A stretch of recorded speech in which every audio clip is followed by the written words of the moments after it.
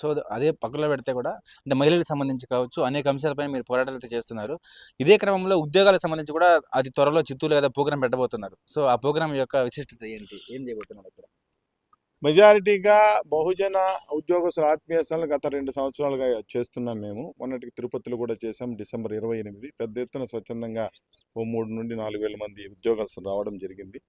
చిత్తూరు ప్రాంతంలో ఇక్కడ కూడా ఉద్యోగస్తులందరినీ మమేకమై వాళ్ళ సమస్యల్ని ప్రభుత్వం దృష్టికి తీసుకొచ్చి పోరాటం చేయాలనే అంశంతోనే ముందుకు పోతున్నాం. ప్రధానంగా రిజర్వేషన్స్ను పాటించకపోవడం, ప్రమోషన్స్లో రిజర్వేషన్ని నిర్వీర్యం చేయడం, బ్యాక్లాగ్ పోస్టులు ఉన్నాయి వాటిని భర్తీ చేయకపోవడం, ఎస్సీ ఎస్టీలు బీసీలకి నిరుద్యోగ సమస్య వెంటాడుతూ ఉంది.